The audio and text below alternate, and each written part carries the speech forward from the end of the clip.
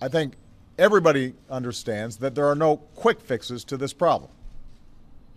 There are politicians who say that if we just drilled more, then gas prices would come down right away. What they don't say is that we have been drilling more. Under my administration, America is producing more oil than at any time in the last 8 years. We've opened up new areas for exploration. We've quadrupled the number of operating rigs to a record high. We've added enough new oil and gas pipeline to circle the earth and then some.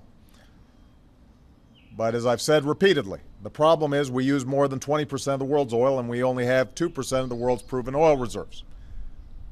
Even if we drilled every square inch of this country right now, we'd still have to rely disproportionately on other countries for their oil.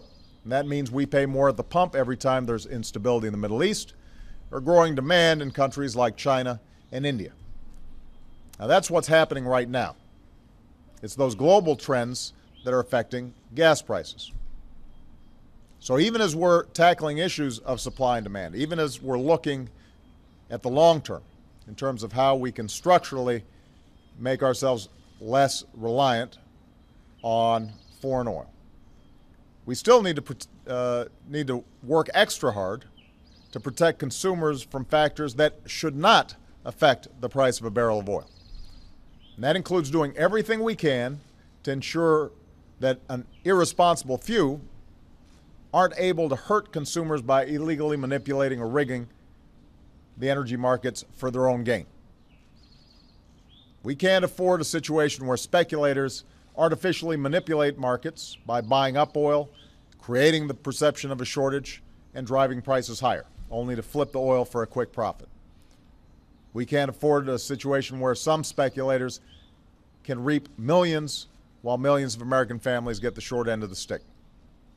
That's not the way the market should work. And for anyone who thinks this cannot happen, just think back to how Enron traders manipulated the price of electricity to reap huge profits at everybody else's expense. Let me close by saying none of these steps by themselves will bring gas prices down overnight. But it will prevent market manipulation and make sure we're looking out for American consumers. And in the meantime, we're going to keep pursuing an all-of-the-above strategy for American energy to break the cycle of price spikes year after year.